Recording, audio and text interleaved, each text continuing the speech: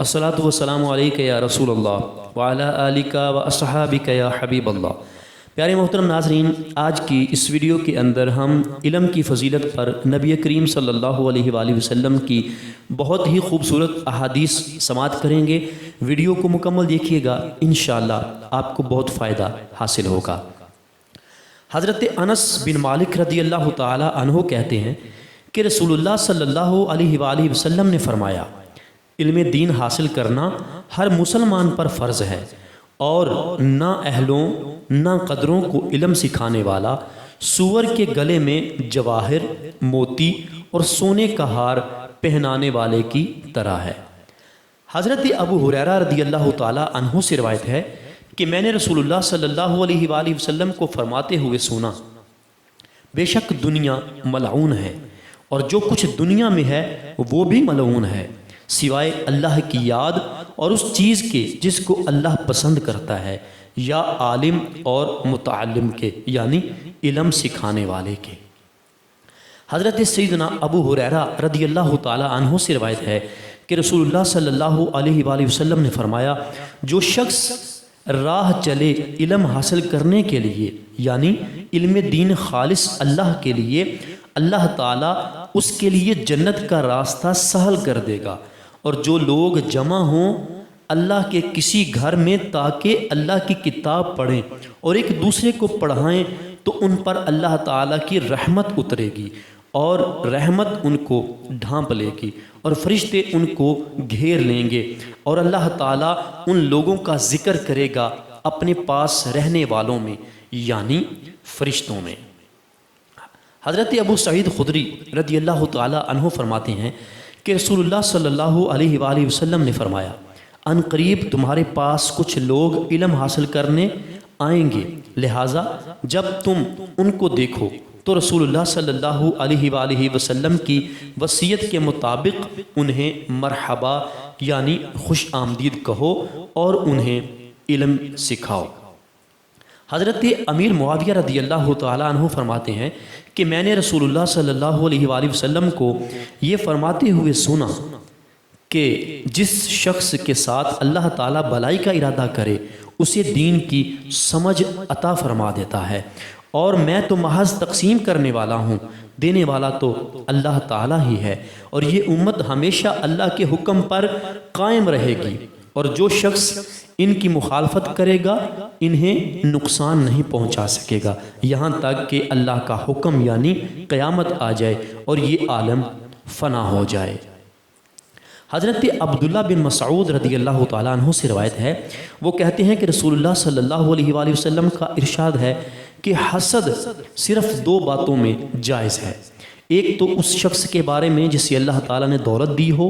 اور وہ اس دولت کو راہ حق میں خرچ کرنے پر بھی قدرت رکھتا ہو، اور ایک اس شخص کے بارے میں جسے اللہ تعالیٰ نے حکمت کی دولت سے نوازا ہو اور وہ اس کے ذریعے سے فیصلہ کرتا ہو اور لوگوں کو اس حکمت کی تعلیم دیتا ہو۔ حضرت سیدنا ابو ہریرہ رضی اللہ تعالیٰ عنہ سے روایت ہے کہ رسول اللہ صلی اللہ تعالیٰ علیہ وآلہ وسلم نے فرمایا، جب آدمی مر جاتا ہے تو اس کا عمل موقوف ہو جاتا ہے مگر تین چیزوں کا ثواب جاری رہتا ہے، صدقہ جاریہ، یا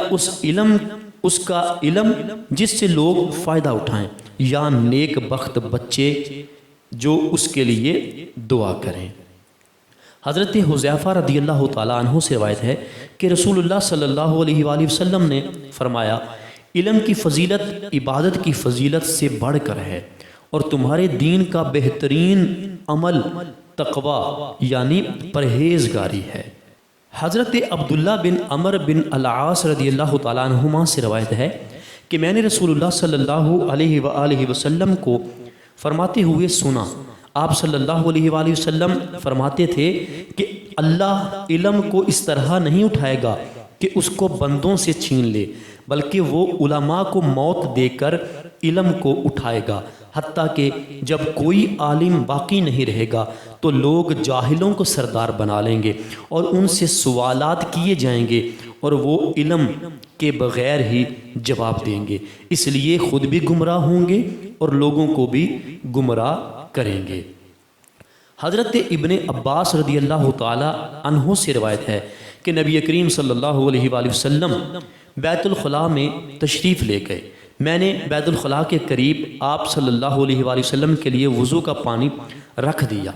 یعنی باہر نکل کر آپ صلی اللہ علیہ وآلہ وسلم سے پوچھا یہ کس نے رکھا؟ جب آپ صلی اللہ علیہ وآلہ وسلم کو بتلایا گیا تو آپ نے میرے لیے دعا کی اور فرمایا اے اللہ اس کو دین کی سمجھ عطا فرما۔ زید بن ثابت رضی اللہ تعالیٰ عنہ کہتے ہیں کہ میں نے رسول اللہ صلی اللہ علیہ وآلہ وسلم کو فرماتے ہوئے سنا کہ اللہ تعالیٰ اس شخص کو تر و تازہ رکھے جس نے ہم سے کوئی بات سنی اور اسے یاد رکھا یہاں تک کہ اسے دوسروں تک پہنچا دیا، کیونکہ بہت سے حاملین فقہ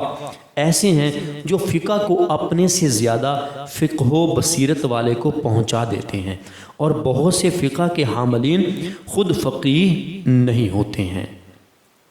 حضرت عثمان غنی رضی اللہ تعالیٰ عنہ سے روایت ہے کہ رسول اللہ صلی اللہ علیہ وآلہ وسلم نے فرمایا کہ تم میں سب سے بہتر وہ ہے جو قرآن مجید پڑھے اور پڑھائے۔ حضرت ابو سعید رضی اللہ تعالیٰ عنہ سے روایت ہے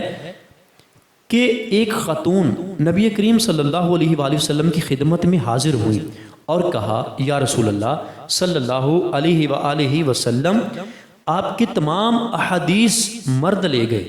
ہمارے لیے بھی آپ کوئی دین اپنی طرف سے مخصوص کر دیں جس میں ہم آپ کے پاس آئیں اور آپ ہمیں وہ تعلیمات دیں جو اللہ تعالیٰ نے آپ کو سکھائی ہیں۔ نبی کریم صلی اللہ علیہ وآلہ وسلم نے فرمایا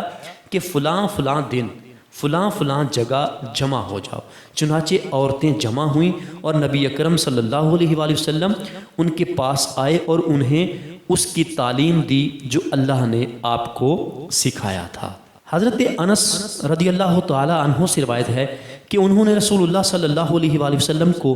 یہ فرماتے ہوئے سنا کہ علامات قیامت میں سے یہ ہے کہ علم یعنی دین کم ہو جائے گا، جہل ظاہر ہو جائے گا،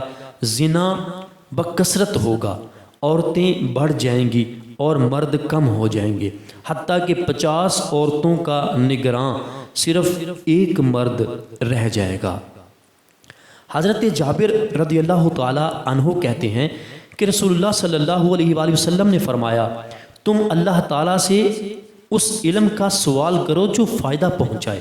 اور اس علم سے پناہ مانگو جو فائدہ نہ پہنچائے۔ حضرت ابو ہریرہ رضی اللہ تعالی عنہ کہتے ہیں کہ رسول اللہ صلی اللہ علیہ وآلہ وسلم نے یہ دعا پڑھی اے اللہ مجھے اس علم سے نفع دے جو تو نے مجھے سکھایا اور مجھے وہ علم سکھا جو مجھے فائدہ دے، اور میرا علم زیادہ کر، ہر حال میں اللہ ہی کے لیے تعریف ہے اور میں جہنمیوں کے حال سے اللہ کی پناہ مانگتا ہوں۔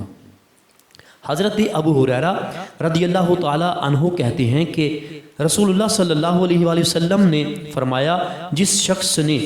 ایسا علم صرف دنیاوی مقصد کے لیے سیکھا جس سے اللہ تعالیٰ کی خوشنودی حاصل کی جاتی ہے تو وہ قیامت کے دن جنت کی خوشبو تک نہیں پائے گا۔ حضرت ابو ہریرہ رضی اللہ تعالی عنہ کہتے ہیں کہ رسول اللہ صلی اللہ علیہ وآلہ وسلم نے فرمایا جس سے علم دین کی کوئی ایسی بات پوچھی جائے جسے وہ جانتا ہے پھر وہ اسے چھپائے تو قیامت کے دن اسے آگ کی لگام پہنائی جائے گی۔ حضرت عبداللہ بن عمر رضی اللہ تعالی عنہ سے روایت ہے کہ نبی اکرم صلی اللہ تعالی علیہ وآلہ وسلم نے فرمایا میرا پیغام لوگوں کو پہنچاؤ اگرچہ ایک ہی آیت ہو، اور جس نے مجھ پر قصداً جھوٹ باندھا تو اسے اپنے جہنم کے ٹھکانے کے لیے تیار رہنا چاہیے۔ حضرت انس رضی اللہ تعالی عنہ سے روایت ہے کہ رسول اللہ صلی اللہ علیہ وآلہ وسلم نے فرمایا کہ دو بھوکے کبھی سیر نہیں ہوتے، ایک علم کا بھوکا کہ علم سے سیر نہیں ہوتا، دوسرا دنیا کا بھوکا اس کا دنیا سے پیٹ نہیں بھرتا۔ حضرت جابر بن عبداللہ رضی اللہ تعالی عنہ کہتے ہیں کہ نبی اکرم صلی اللہ تعالی علیہ وآلہ وسلم نے فرمایا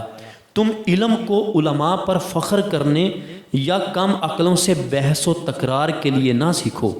اور علم دین کو مجالس میں اچھے مقام کے حصول کا ذریعہ نہ بناؤ۔ جس نے ایسا کیا تو اس کے لیے جہنم ہے، جہنم۔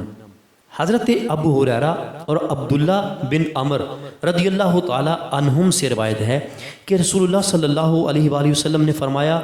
ہر نسل میں سے اس کے عادل لوگ اس علم یعنی دین و شریعت اور قرآن و حدیث کو حاصل کرتے رہیں گے جو اسے غالیوں کی تحریفات، باطل پرستوں کی دعاوی اور جہلا کی تعویلات سے صاف کرتے رہیں گے۔